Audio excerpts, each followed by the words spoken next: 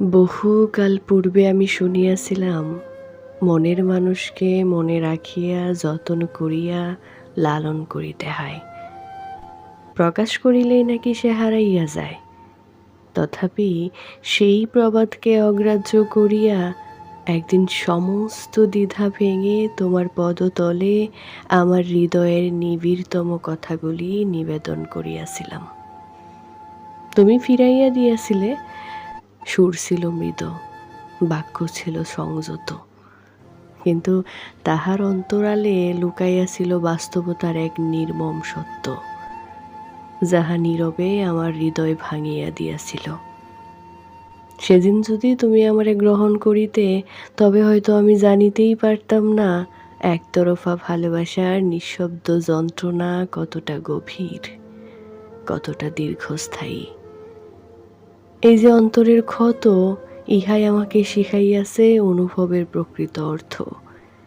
ইহাই আমার কলমে জাগাইয়াছে ব্যথার সুর, শব্দের ভাঁজে ভাঁজে ঢেলিয়া দিয়াছে এক অদৃশ্য কান্না। তোমাকে হারানোর সেই বেদনা না থাকিলে হয়তো জন্মই লইত না আমার এই অগণিত কবিতা, রচিত হইত না কোনো উপন্যাসের দীর্ঘশ্বাস ভরা পংক্তিমালা। তুমি কি জানো, যে অনুভূতিগুলিকে তুমি একদিন অপ্রয়োজনীয় ভাবিয়া এড়িয়ে গিয়েছিলে, আজ তাহাই বহু ভাঙা মানুষের হৃদয়ের আশ্রয় হইয়া উঠিয়াছে। তাহারা আমার লেখার মাঝে খুঁজিয়া পায় নিজেদের না বলা কষ্টের প্রতিচ্ছবি, আর নিঃস্বার্থ ভালোবাসায় ভরাইয়া দেয় আমার শূন্যতা ভরা জীবন। তবু সমস্ত প্রাপ্তির মাঝেও এক অপূর্ণতা নীরবে বিরাজমান, তোমাকে না পাওয়ার সেই নীরব আফসোস। তবে জানিও, এই আফসোসে কোনো অভিযোগ নাই, কোনো অভিমান নাই, আছে শুধু এক গভীর সম্মান। কারণ তুমি আমাকে প্রত্যাখ্যান করিয়াছিলে বলিয়াই আমি নিজেকে চিনিয়াছি নতুন ভাবে, অনুভব করিয়াছি ভালোবাসার প্রকৃত রূপ।